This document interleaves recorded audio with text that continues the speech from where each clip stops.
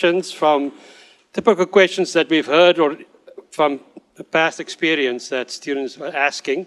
So we're going to go through these questions, but as we go through it, think of questions that you want to ask after we've gone through our prepared discussion part, right? I shouldn't say prepared discussion, all I have is the questions, so how they're going to answer it, I have no idea. Okay. So first, let me introduce you to the people on the panel. On my left is Hope Ovenzi. So Hope, can you give a little bit short background of where you fit? Yeah, my name's Hope Ovenzi. I actually work here at Texas Instruments. I graduated from UC Davis in 2012 from the ECE department, and I am an automotive sector general manager for infotainment. So I guess the shiny, distracting things in your car, the center stack, the cluster, all the displays. My team takes products from all over TI's portfolios, pulls them together and makes reference designs for automotive OEMs and tier ones. The next person is Eric. Eric is from Varian. Yeah, so I'm Eric Stimmen. I'm from Varian. We're a company in Palo Alto that we make cancer therapy equipment. I graduated Davis with a master's degree in 1996, so it has been a while. I work in something called advanced manufacturing engineering, where we take designs and get them into production, so we have a product to ship to our customer. And I'm happy to say I see at least one former intern who worked for me in the audience. Some of you have already met Andrew. Andrew, can you just give a background for those who've not been there? Sure. Hey guys, Andrew Fong. And if there's anyone here that unfortunately wasn't able to join us at Lam Research, I am a technical lead or technical owner for next generation plasma etch chambers on the middle of line and back end of line dielectric applications. So if any of you have any device with memory in it, I guarantee you it's gone through at least one Lam plasma chamber. So when were you at Davis? Oh, and I graduated from the EC department with a BS in 2011. And Anush? Hi everyone, I'm Anuj Barlodge.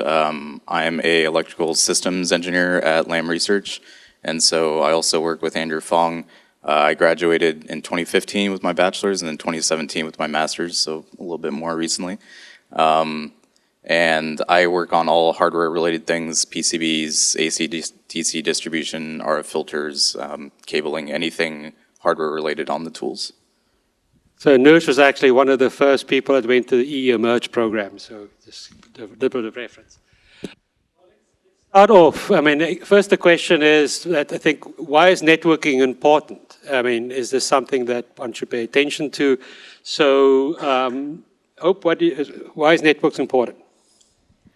I think networking it really makes your career, honestly. A lot of times when you're looking for a new role, it's not necessarily about where you apply, but who you know. And so having a broad network, but also a really impactful network of people that you talk to regularly, that's really what's going to help you find that next role. So having that solid network, it really can make your career what it is. Andrew, what is your specific alumni networks? I mean, why does that have a special role within the general class of networking? So, I mean, in general, like if alumni have had great experiences, right, which I think all of us up here have, then they're more willing to accept, let's just say, call it, cold calls from existing students. And so in that way, your network is incredibly important because it gives you access to a lot of people that have a lot of information that will help you find the position or career position that you're looking for. And as I mentioned earlier while we were at Lam, right, like, your job description that they post online really doesn't mean anything. How does your skill set actually fit into that organization? How does that organization work with other organizations within the company? And really being able to understand how you can contribute is a major factor in how you can pitch yourself and show, this is how I can add value, please hire me. So you're saying being able to contact alumni, sometimes you can get a better understanding about what's important within the company. Really gaining the intelligence you need so that you can make the right moves and have a greater chance of success of getting to an interview stage or something. Eric? Yeah, so the network's important because in the arc of your career, the first job's always the hardest. It's like they say in Silicon Valley, the first 20 million is always the hardest. As you get into your career, though, and over the arc of it, eventually you go to the point where your opportunities that you find come from the network. So you basically have, you think of it as a network as the formal name, but it ends up being like a kind of a bunch of old friends that you keep in touch with. If you don't keep in touch with them, I hear from you like, oh, last time I heard from you was 5 years ago and I'm looking for work. That's a little bit annoying. It's something you have to maintain just like any friendship in your career. And the sooner you get started, the better, because it will be the key to your pathway in the world of technology. Anush, how did you recently graduated, how did you use the network to get into LAM, for example? So from a new college grad perspective, networking is important from Davis alumni is important because I have a very good understanding of the coursework and the types of classes and projects that you'd be working on. So from someone within the network, they could talk to you about the professors or maybe the types of projects you worked on or the problems that you were having during those design courses. So that networking aspect is very important. For me, when I was joining LAM, my internships played a heavy role. So I interned at Applied Materials, which is a competitor, but I got some of that networking from Davis alumni. So that's how I ended up at LAM, and sort of that alumni connection is very important. So networking is important, but it's also sometimes intimidating to approach somebody, and one also want to be respectful of the person's time. So I'm going to ask you guys what are the biggest do's and don'ts for talking with industry people? Yeah, so I think you already said it, Eric. Just making sure that you're maintaining that relationship and not approaching someone, 5-10 years out, like, oh, I met you one time, can you get me a job? Also, don't ask, can you get me a job? I think the biggest recommendation, if you are looking for a job and you are kind of making a cold call, somewhat, you want to make sure that you've already done your research. So if someone that is in my network were to approach me, even if they were a friend or a colleague, that said, hey, what openings do you have? I much prefer them to approach me and say, hey, I noticed that you have XYZ opportunities open and require these skills. Can you tell me more about that? And I believe that I would be a good fit if you could connect me to the right people. So it's really approaching someone in your network or establishing someone to be in your network and showing that you've already done research, you know what you're talking about, so that you show yourself in the best light. Eric? To amplify some of those points, when you do approach people, it can be a little bit difficult to do. As you do it, you should get some feedback from them and sort of an indication of, should I continue on this track, or maybe there's no opportunities here. So I think sometimes we think, persistence is always the best. After 4 or 5 times of talking to someone, if you're really not going anywhere, that's kind of a signal. Let me move my energies to somewhere else. To be fair, the person should kind of be direct. For example, hey, my group's not hiring right now, or maybe you should go look in this area for some opportunities. So you kind of got to, kind of listen to not only what they're saying, but just kind of the general temperature of the conversation to figure out the next step. So Anna, let me put you on the spot. So you've probably been to many alumni networking events. So what will be your pet peeve, something that really, you heard something, say, well, that's not the way it should be happening? Well, I would say, if you want somebody to do something for you, make it easy for them.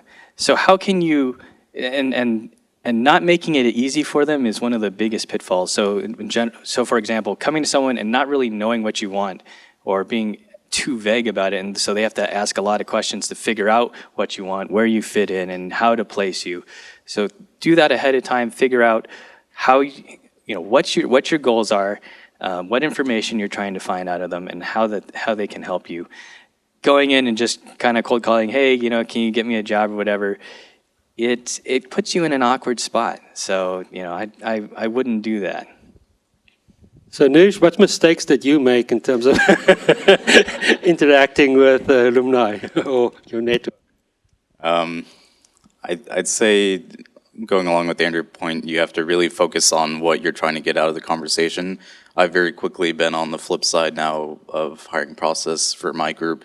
So I've interviewed a lot of new college grads. The main point when we're in this kind of setting would be kind of focus on what year are you, what classes you've been taking, what projects you've been working on, and what kinds of things that you like, and kind of narrow in the scope of the conversation so that we have an understanding in an easy way of how you could fit into an org or fit into a certain role. You probably noticed he didn't answer the question, so I'm going to ask Andrew the question. So what mistakes did you personally make, Andrew, in networked, and that you learned from it? Oh, geez. Let's see. So I think when I was first entering the job market, one of the mistakes or struggles I had was really just not exactly knowing what I wanted. And then, like I was saying before, I was just too vague and making it difficult for people to help me. And so that's why you really have to do your research ahead of time. And also, research, you have to be a little specific in your research. For example, when I was talking with one company, I mentioned like, oh yeah, I use your products from whatever line. It's like, yeah, dude, that's a totally different division. That means nothing to me. Like, that division, we acquired them a couple years ago, so it's still essentially like another company. So, trying to make comparisons or analogs with other parts of the company, you have to be very careful because you may not come across as knowing much about that company at all. That's a good question. So Eric, what mistakes did you make? That's good. Yeah. So when opportunity knocks, you be ready to open the door. Sometimes when I go back and think of the interactions I had with people in industry, I realize, they were kind of signaling something, or there was maybe some opportunities for me to pursue, but maybe I didn't do that, right? And I'll give you an example where I've done plenty of on-campus recruiting, and one person I contacted later and said, hey, do you want to come down and talk about opportunities? The answer I got was, well, I'm going on a camping trip. And I'm like, okay. But then there was no follow-up, like, can we reschedule it or something like that? To me, that indicated, okay, you're not really thinking about, the opportunities that are there, and, just be ready, right? As, chance favors the prepared. So if it happens, you need to be ready to go. You're now on the hook. What mistakes did you make?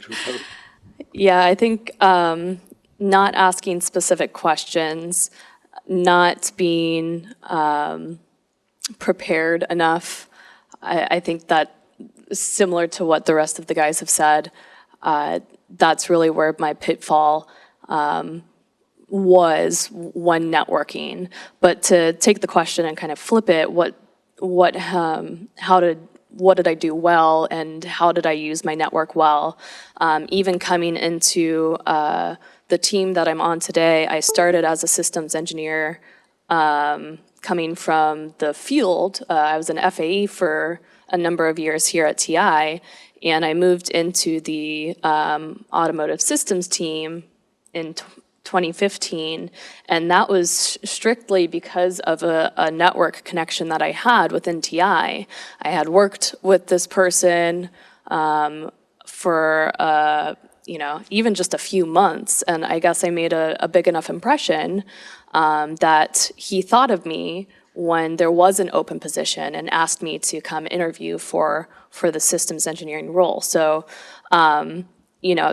keep in mind, on the flip side of things, there's lots of things you can do poorly, but things that you can do well, just remember that you're always selling yourself. You're always kind of on, if you will, for people to be looking at you as an opportunity to fill a role. So just keep that in mind as you're, talking with people, just making sure that you're representing yourself in the best light. So sometimes even that person that you're talking to may not be able to help you at that time. Maybe in the future that person will give you a call if an opportunity comes up. Eric, do you have any examples that you can point to in your own personal career where networking was really a distinguishing factor? Yeah, so, I've been at a couple of different companies. I keep in contact with my, work friends at those companies over time. I was at a company just a few hundred yards down the road that was a great small company, went up like a rocket, and then it started going down like a rocket. As it was getting near the impact zone, I was hanging out with some of the friends from the company, and I mentioned, oh yeah, I may be looking for work. A few days later, I got a call from one of the managers over there. So they had gone and talked to him and said, hey, Eric's going to be available pretty soon. Are there any opportunities? Within 2 weeks, I had my job, right? So that is really the benefit of keeping those connections. So I've only been at one company for the past 9 years, but networking within the company has been incredibly helpful for getting things done. And a great example is Anuj here. I don't even think he was assigned to my product initially, but because we had a good working relationship beforehand, I was able to call in a lot of favors, which I'm eternally grateful for. And he had ended up doing so many favors for my product that his boss was just like, well, you're already working anyways, fine, I'll assign you. No, you can't use that example. Do you have any other ones that you can point to? I'd say the same thing about keeping in touch with connections that you've had in the past. So connections from your internships or maybe even professors are great networking opportunities. I'd say within the company is very important, anywhere where you can network with people, talk about things maybe outside of the frame of work can also help within an organization getting things done. This is it, even professors. I'm not sure how I'm going to take that. I take it as a compliment. Yeah, I want to emphasize, often you will talk to somebody and it may just be an informal discussion, and you may not even ask the person to do anything. But the way that you approach the person and engage in the conversation, it makes an impression. And in the future, that person will come back. And the same thing with faculty, too. I mean, sometimes we get calls, what do you think of so-and-so? And if the only thing I can comment on, well, that person got a B+ or an A-, I feel kind of guilty. So it's important to make connections even now with faculty informally. They approach them, even the TAs, right? Introduce yourself to them, make sure that they know you. Because sometimes we do get calls, sometimes 5 years out. I mean, how was so-and-so in your class? I mean, I may think, why is that relevant? But I have to answer the question. It's good to know a face and an experience or something that I can say a bit more personal than just the grades. If I could add one item to that. As Hope said, always be selling. Recruiters are always buying also. So they may be talking to you. It may sort of fizzle out, but you may get that call some years later, and it sticks in their mind. And of all the students that I've recruited and talked to, I can remember ones from 5, 6, 7, 8 years ago where I had that one interview, and I know that at a certain point, and actually we just recently did this at my company, someone I talked to maybe in 2012, I thought, yeah, I wonder if they're still out there available. We found them, and we actually wound up hiring them, and that was from an interview from so many years ago. So sometimes when you have an interview, you actually are doing a great job. You may not actually get the offer for reasons that they're just totally opaque, right? Because there's in companies, maybe their priority shifted in that short time, or they had 3 or 4 good candidates and you just barely didn't make the cut, or something like this. That doesn't mean you're not going to get that contact later. So you sort of got to stick with it and be positive. And that becomes actually, in a way, kind of an invisible network, like someone is still thinking of you out there. So I want to change a little bit and actually become more practical in terms of advice for students, right? So Let's create a scenario. You're a student and you engage in somebody with industry, and that person gives you a business card. What do you do with it? I mean, business cards are not that used by this generation, but you will get a business card. What do you do with it? What is the expectation? What should you? What's the follow-up action? Andrew?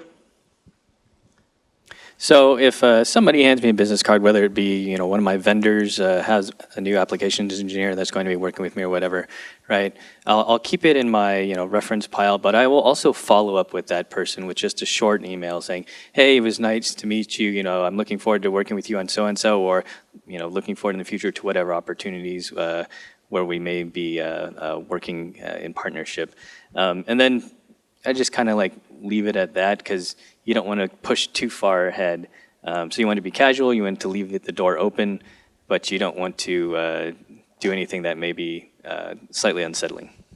So you will make that contact by email, or would you call the person in a message? I would contact them via email. So that establish another link that you can then use in the future. Hope? Yeah, I think that's a really great technique. Personally, I will usually take a business card and then look someone up on LinkedIn. It's kind of your walking resume, your walking business card, so that I can kind of stash my business cards in my desk and be able to reference like when I met them. It's also good to take a note on the business card to kind of give yourself that reminder if you have to look someone up later. So you brought up the issue about social media, and I want to come back to that later on. But another thing is, how long should you be talking to people? If you basically it's the first time you met them, and you want to be engaging, and when you decide, okay, well, I've reached my objective, I now need to move on, right? I mean, how do you time that? Anush. Anush is used to asking questions. Yes. I think there is a fine line, and it depends kind of on the context of the conversation. Sometimes, depending on who you're talking to, maybe they have other people that they're trying to get to talk to also, and you have to be kind of like you have to utilize their time properly. But sometimes maybe you strike up the conversation and it goes really well, and so you kind of have to balance off the other person to understand whether that's a conversation you can keep going with, or if it's kind of fizzling out. It just kind of depends on the context of it. Let's move to social media. There's so many ways that one can use social media, and so what advice I'm going to ask all four. I mean, how should social media be used in the professional context? Yeah, I think that from a professional context, LinkedIn is my personal go-to. I'm not the best at social media in general, but LinkedIn, I think it's a perfect place to keep up to date, keep your resume up to date online, and posting, I think, is a good opportunity. I like to have a distinction between LinkedIn and then other social medias that are a little bit more personal, try to keep them a little bit separate, but just know that anything that you do post on any social media can be found by a colleague or an employer later on down the road. So you always want to keep that in mind, but strictly I tend to just use LinkedIn as my professional network. So Eric, what will you do if you get a Snapchat call from somebody? Yeah, I may not answer that one. Good. This is a good question.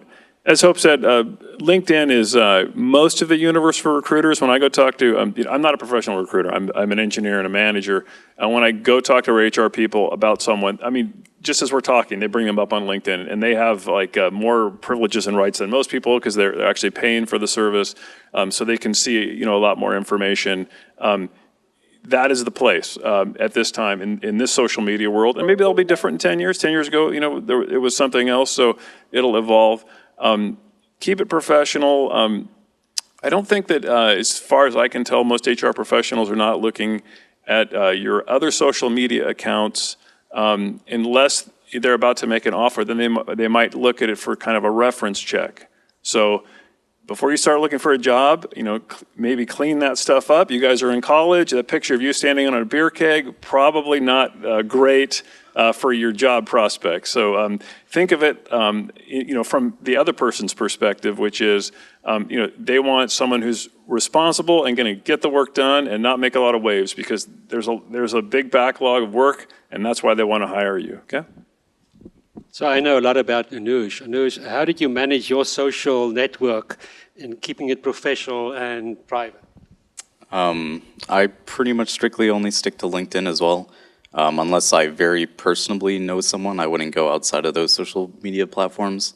Not to say that on LinkedIn, if you were to shoot a message to someone within your network, that you can't be personable and not so strictly professional in it. But I'd say LinkedIn's pretty much your only place. Any advice that you want to give, Andrew? Sure. So I think social media is excellent for using as a tool to gather intelligence on the person you're going to be interfacing with. That said, make sure you use discretion on which intelligence you use when you're actually conversing with them, so you don't look like a stalker. That's happened to me before. Someone has come and talked to me about something and mentioned something that was on some social post and blah, blah, blah. And it came across as like, okay, you're really digging into me. This is a little bit weird. Another good place to look is like Google Scholar to see, what kind of patents or work journal articles that they've published. But once again, use some discretion when discussing with them. It's a very disarming way to say, I have a question about this work you did that I read. It's another thing to say, I'm very familiar with the work on blah, blah, blah, because that then makes you look like, okay, you've looked into me way too much, you're a little bit creepy.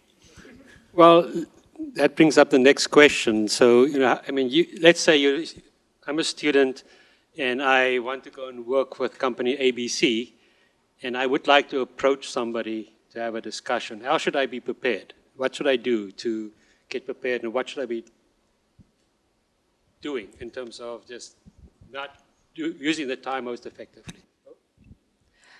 So in terms of research, I think as you're, whether you're networking in person or you're trying to establish that network through LinkedIn, do your research. I guess there's a thin line of being creepy or not, but I always think it's good to just have a background knowledge of what you're looking for, the company that you're looking at, maybe a little bit of information about the person you're trying to connect with, and being personable also, particularly if you're maybe cold calling or reaching out on LinkedIn, being personable without being creepy, and trying to establish that connection and showcasing yourself in that best light. Eric? In terms of a what not to do, I was at a recruiting event. We had our table there, and someone came up and said, "What do you guys do?" Fortunately, most students actually have done their homework and come up with some good questions. If it's specific to the person, for example, they know that you're an expert at this company at something that you also have that same interest in. That's great. Start asking questions. Most people want to talk, and so about what they do, especially a lot of engineers on a daily basis, no one asks them what what do you do? Like, I don't care what you do. I want you to finish that product, and so we can start selling it, right? That's sort of common in engineering. So I think if you do ask questions that are intelligent, that shows that you have thought about what the other person is doing or working on, or what their area of expertise is, that definitely goes a long way.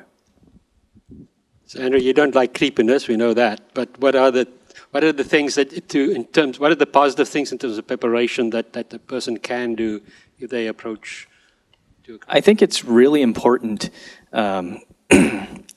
to be able to articulate why you're interested, and if you have a specific thing about why you're interested, what you have done to research that, and ask, am I on the right path? Do you have any suggestions? Because that'll then show your enthusiasm, and could be the differentiating factor for why someone remembers you. Yeah, I think questions that kind of show curiosity about a subject is important, and it'll stay fresh in our minds.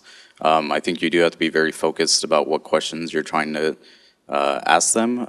And usually it's something that you could probably boil down to a generic engineering discipline. Like, what is it you work on? What does this company do? What does the organization do? Things like that to at least start or strike up the conversation, and then get it kind of going informally would be the best place to start. So once you get the conversation going with the other person, and it's a good technique to let the other person talk about him or herself, but you should also be prepared that that's going to turn around and have some unique experience that you have that differentiate yourself from other students if you're a student, right? Some project that you did or something that excites you. Be ready to give a specific example.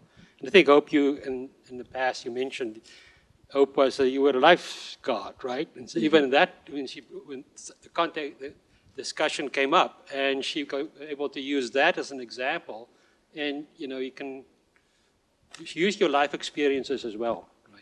So we're running towards the end, but I have one more question. So it is intimidating to approach some people. Some people are easy to approach, others are not, and we all get nervous. So how do you manage do you get nervous, Hope? Of course. How do you manage it? Yeah, I think that at the end of the day, you have to remember you're just talking to another person. And just take a deep breath. Remember that they're a person too, you're a person, and that's all that it's about, just making sure that you have that human connection. So if you are nervous, just take a deep breath and try to chat with someone, try to get to know someone, like you did maybe at the beginning of any new class or any new career. Anush, how do you deal with nervousness? So I think you need to find a way to have the conversation flow naturally. And so don't go into a conversation expecting some grandeur of expectations of, oh, is he going to give me a job, or if he's going to interview me or something like that. Just expect it to be an informal conversation, and I think that's the best way to approach it. Yeah, so it is very normal to be nervous. If something's important to you and it gives you a little bit of anxious feeling, that's quite normal. Also keep in mind, as students, if you're talking to recruiters or professionals, they know or expect that, oh, you might be a little bit nervous or might be a little bit awkward. That is no big deal, right? I like to say, there's a reason I went into electrical engineering, right? So not everyone's the life of the party, and that's okay. They think one way to get through it is to transition and talk about technology, because we all love the technology, and then you're not thinking about, I'm talking to someone or with this interaction. You're thinking and talking about the stuff you've been working on for all these years, and that's what should be exciting all of us, right? So I want to talk about this thing I designed, or this motor controller, or this program I worked on, and then I think that'll maybe help you get through that little bump of the initial nervousness. Andrew.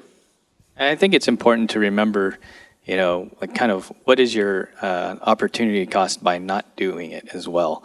And when it comes down to it, it's like, okay, what do you really have to lose if they say no, or do you move along to the next person? It's really not that much. So we're running towards 2:00, and I don't want to be the person while we're late. But I would like to open up for some questions.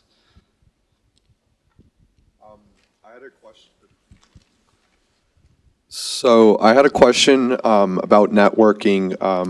So I've met a lot of people, and I was just curious, how do I maintain those relationships, especially if they're people of higher status? Because I don't want to come off weird if I say hi randomly.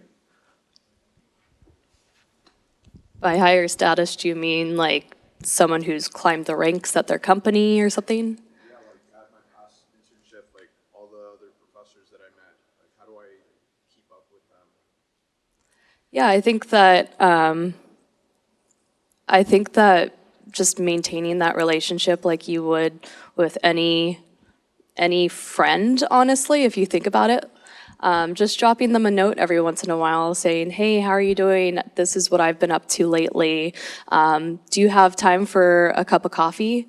if you ask for, 15 or 30 minutes of someone's time, even if they're a really busy person, particularly if you've maintained that relationship, most people will say yes to 15 or 30 minutes over a coffee. I mean, don't ask for like an hour or 2 hours or something like that, and be respectful of their time. But if you're doing that regularly, you're going to stay at the top of their mind, and they're more likely to say yes next time. Any other questions? So, in the back.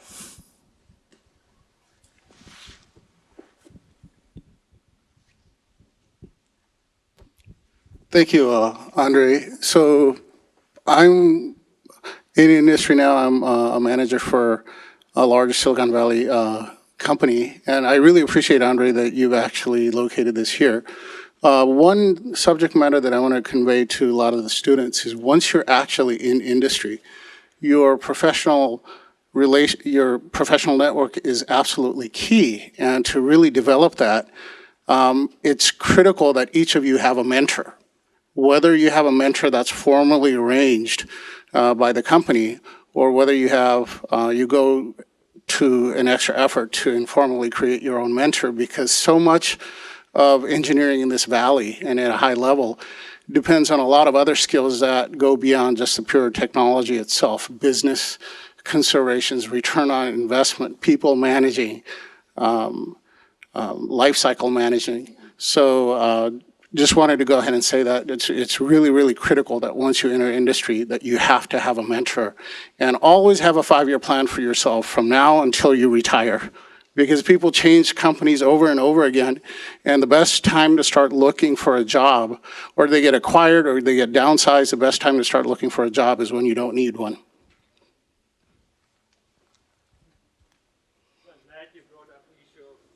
Mentorship. In fact, this is going to be one of the underlying themes, and you're going to hear more about that during the afternoon, both of the alumni and also the students. But I'm going to conclude it now. For the students, please use this event to, I know maybe you're looking for a job, but use this event to approach the alumni and start practicing your skills. This is a very safe environment, and that's why we take advantage of it. And thank you very much, the panel, for spending the time and giving you advice. Yes, thank you.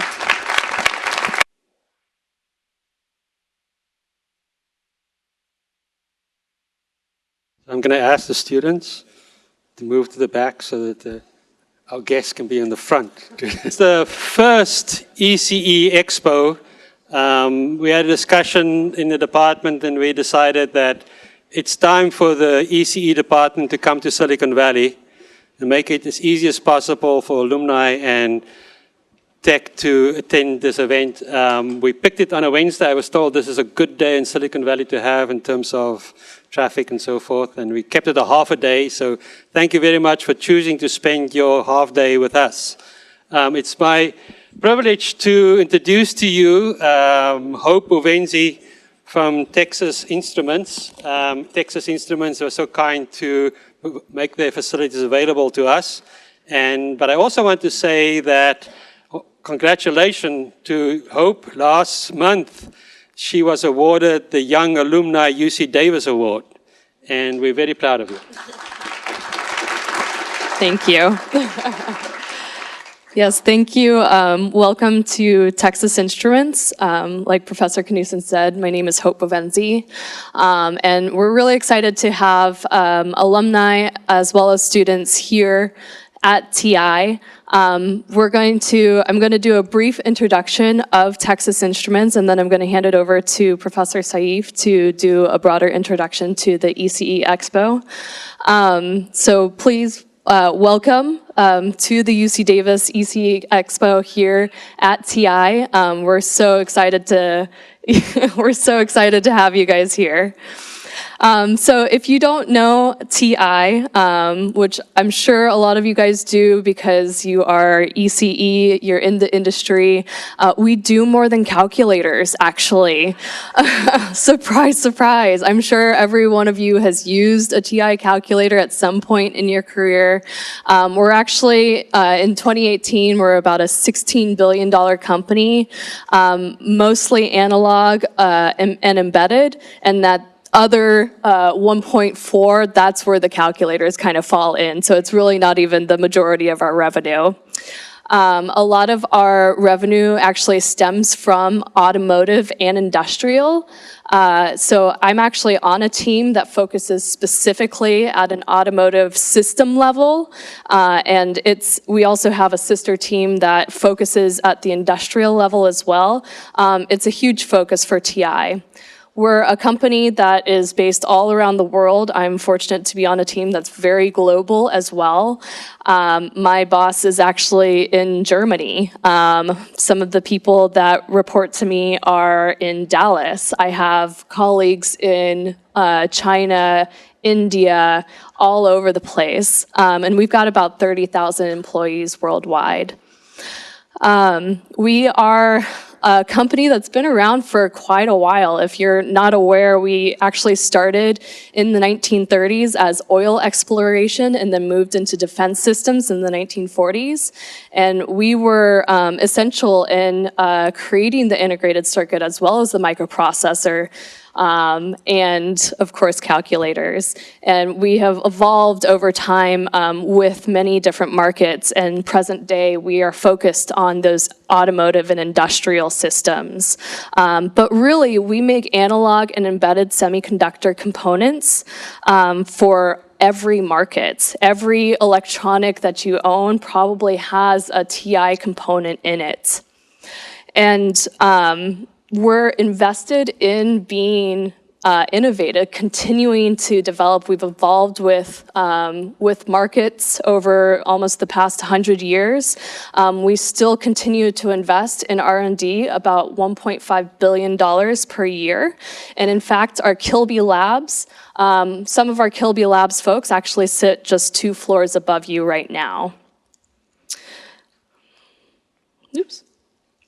We do this innovative, we're continuously innovating through adapting our packages to be smaller sizes, to be faster speeds, higher precision, lower power, increased functionality, and greater reliability, because our portfolio spans across every market. And this is how we continuously innovate with our products, through our packaging technologies. We also have, not only do we have teams around the world that focus at a product level, but we have manufacturing sites around the world as well. And this enables us to have a continuous supply for our customers to build their systems. Something that I'm really proud about being at TI and why I've been at TI for the past 8 years is just what our company stands for. At the core of what we do, we focus on integrity, innovation, and commitments. And that's why I love being at TI, is because these have always been our focus since the 1930s and continue to be our focus in these evolving markets. I also really appreciate that being at TI, it's a very diverse company. We have 50 employee-led engagement initiatives. In fact, I run the Women's Initiative here at the Silicon Valley site. We have other diversity initiatives, including Pride, including Christian values, the Muslim Initiative. We have so many initiatives here at TI, and we really celebrate the diversity that brings us together and helps us be such an innovative company.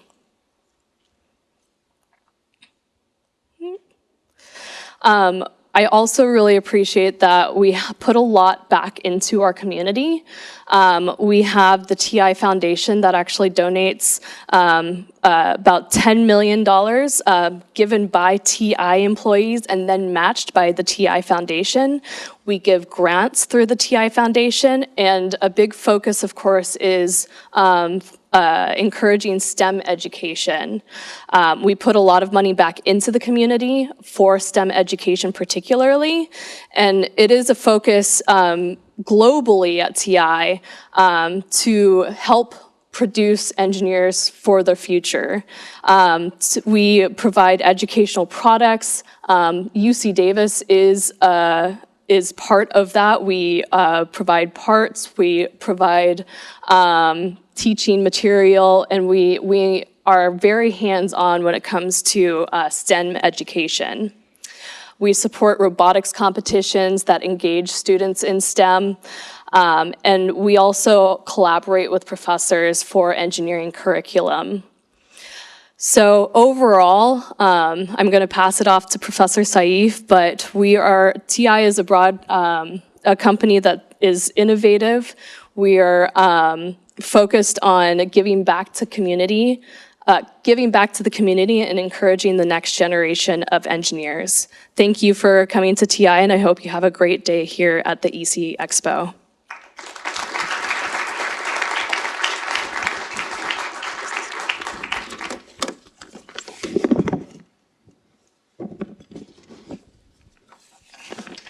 Good afternoon. Ladies and gentlemen, it's my privilege and great honor to welcome you to our first technology roadshow in the heart of Silicon Valley, ECExpo 2020. Let's see. Can we switch to the next presentation, possible? By the end of the day, there will be more than 60 companies here, almost 100 industry participants. Some are our collaborators, affiliates, and our alumni member here in this room. And we have more than 50 undergraduate students joining us today. By showing your hands, can you please identify yourself, our undergraduate students? They are all here. And we have 50 graduate students also. Can you please raise your hands? Thank you. So almost 100 students travel to the Bay Area in the heart of Silicon Valley to meet you here with their research, posters, and presentations, and there will be a number of talks this afternoon. So let me talk a little bit about the number of students we have in our department right now, 802 undergraduate and 284 graduate students. Over the years, we increased our enrollment. It was 120 in 2010. Last year, it was 282. Part of it was not really totally planned. More students are interested in electrical and computer engineering these days. Would like to remain limited to around 225 per year enrollment. And the number of total students would be in the range of 800 to 900, hopefully. We increased by 51% since 2010. College increased by 32%. So there is a growth in the engineering enrollment overall in our university. And in the meantime, we also, with increased number of students to enhance their experience, we encourage them to form clubs and entities. There are a number of those in our university right now. Most active ones are here on the left. These are mostly new, and there are traditional clubs such as National Society of Black Engineers and others. They host you, industry participants. They invite you to come for info sessions. They invite you to also interview students. Also, companies like TI and others come to train them, offer their new tools and toys to enhance our course curriculum, and that's really regular activities that some of these clubs do. So here you see some of the activities they have been doing. They host our chancellor or prominent figures from the Bay Area. They also have fun activities outside our campus, go to different high schools and elementary school and middle schools to do their activities. We have 36 faculty. Around 20 of them would be here today. And some of the staff members are also here today. Some pictures of the staff. Among these faculty, there are a good number of them joined in last 2 years. Professor Humayun would give the keynote talk. He works in hardware security area. You will learn more about him. Professor Jeremy Mundy joined as a professor from Maryland College Park. He's an expert, a very well-known heavyweight in nanophotonics and plasmonics area, a fellow of IEEE. Professor Marina Radulski works in quantum computing. She is an assistant professor, joined very recently. Just like any quantum particle that cannot really have zero energy, she is never out of energy. Her zero state is above my state, and you'll see what she does in terms of mentoring and many other activities in our department. Professor Billy Putnam is also here, another assistant professor who joined recently from Northrop Grumman after graduating from MIT. A very active, energetic young man with lots of good ideas. His work is in ultra-fast mode-lock lasers and applications of those in a number of different engineering areas. We have Professor Wei-Jian Yang, who is also here. He joined a few years ago. He can use optical and electronic technique to image brain and understand the dynamics and phenomena and translate that into what really brain wants to talk and tell us. I recently received a very prestigious NSF Career Award. And Professor Gomez-Diaz is also here, another very well-known expert, although he's an assistant professor, he established himself as a heavyweight in this field, and he joined also our department a few years ago. All of these people are here other than Professor Jeremy Mundy, who could not be here.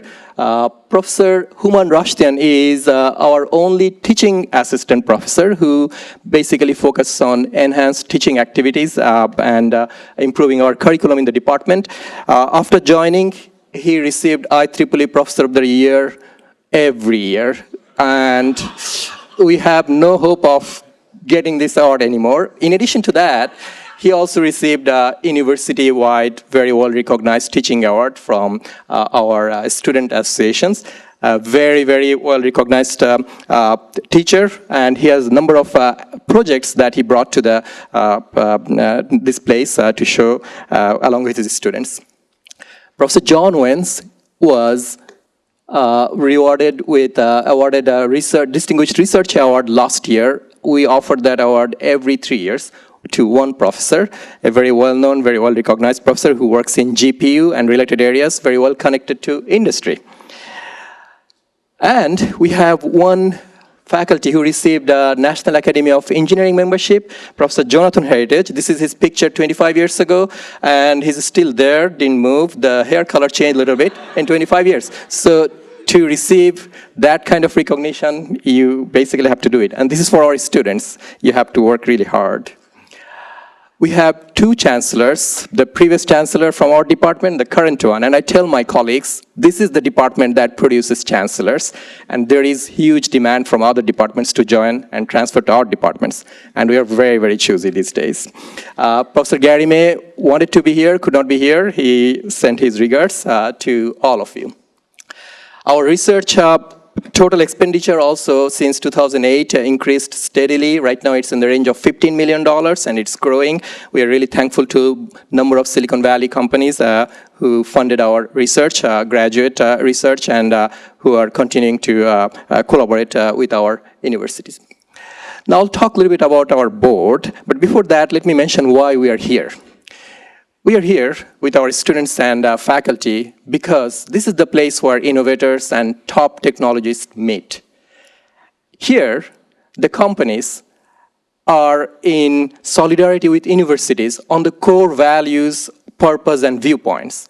And we have been brainstorming how we can benefit from the amazing technology hub that humankind created in our backyard and how we can use the help to offer better training and learning experience to our students so that they can be very prepared to be very productive on day one when they join as your employees. We are here because our actively engaged board and our industry affiliates committee, advisory committee, wanted us to be here to be with you. So here are a couple of board members. Some of them are here. Our board chair is Professor Baba Tahiri, Silbaco's CEO. And then we have Brian here, probably, Achut Datta. Anyone else from the board here today? Oh, Kathy is here, and Shuk. Oh, Shuk is here too. So you will probably see more by the end of the day. And there are literally, board is extremely powerful. We have to follow their order, and their marching order is you have to be here, we have to connect with the Silicon Valley, and that's what we are doing. And the goal is to benefit our students, our research, and also figure out how we can serve you better as industry. As we seek to engage with you, we would like to also request you to engage in networking, not only with our students here, but also in social media. And here is our, I need to also mention that this is our industry advisory committee, which includes number of industry leaders, and the committee chair is Andrew Fong, who is from Lam Research. Loges Vijay is from TDK. He's the vice chair.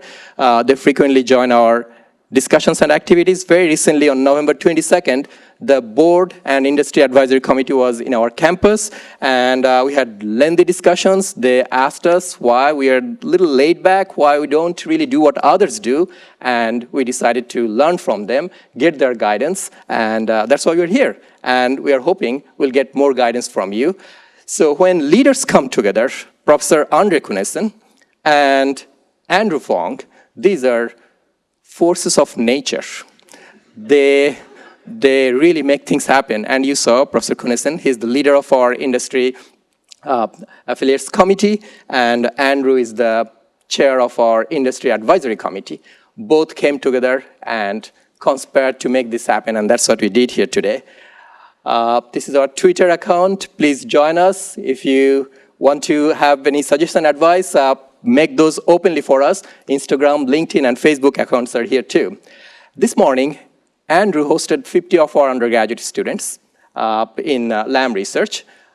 We really had a great time. Thank you very much, Andrew, for your time and for your all these enthusiasm for making our students have a better experience. We had 3 hours of long discussions and great time together over lunch, and 2 other LM researchers, Anthony and Anush, both are probably here. They joined us and made it a very rewarding experience for us. And subsequently, they joined before some of you arrived in a discussion here. And this is what we want for our students. And I really thank you all for taking time to participate and make our students' experience a great one. Thank you, Texas Instruments, for hosting this. You are part of a lot of our students' activities. If you go to the right side of the room, you would see a number of toys and parts. All these are from Texas Instruments. They offer us guidance and resources to improve our courses and curriculum, and this is really changing our students' experience and our curriculum heavily. I would also like to thank Hope, who recently, as Andre mentioned, received our distinguished UC Davis Alumni Award. Here are some of the pictures of Hope. Now, I would like to also point out that Hope, right at this age, within few years after her graduation, received this award. What will happen when you reach the level of all these other people in 50 years? Can you imagine how much you would accomplish? And we would like to see you grow and you really go to much bigger and better places. I'll quickly introduce you to some of our distinguished alumni from the department. Professor Connie Chang Hasnain, who received Departmental Distinguished Alumni Award in 2019. In 2018, it was Andy Botka, who was Keysight Technologies Vice President. And recently, this year, College of Engineering offered Distinguished Engineering Alumni Medal to one of our alumni, Michael Hurston, who is the CEO and President of Synoptics. The other person who received the same award is Shelton Yuen, Vice President of Fitbit. I think Michael Hurston will be here this afternoon. So thank you very much for taking time. Now, how did all this happen? How did we come here? We came here because these 2 people conspired, and then a number of other people joined from our staff members, led by Gabby, and college also sent their development team, and all these people worked together with the best engineers around, Hope, and that's how all this happened. Do you want to join me to thank all these people who contributed to making this event a successful one? Thank you very much for being here today.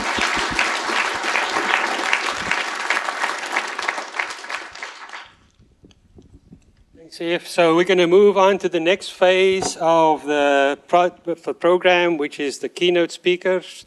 And so I'm going to ask Bevan Baas, who's a professor in our department, to introduce and be the moderator of the session. All right, thank you, Andre. Let me add my welcome. Good afternoon to all of you at this ECExpo. So as part of my introduction, I'd like to add a few remarks. Several years ago, the National Academy of Engineering announced 14 grand challenges for the 21st century, and one of these was secure cyberspace.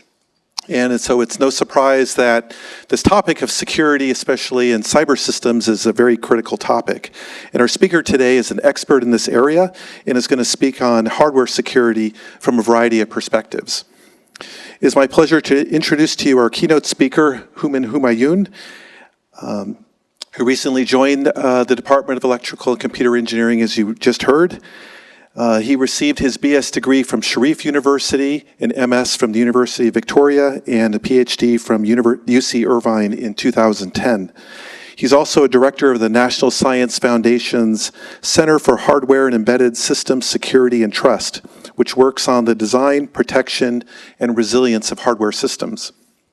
He conducts research in hardware security and trust, data-intensive computing, and heterogeneous computing, where he has published more than 100 technical papers and directed over $8 million in research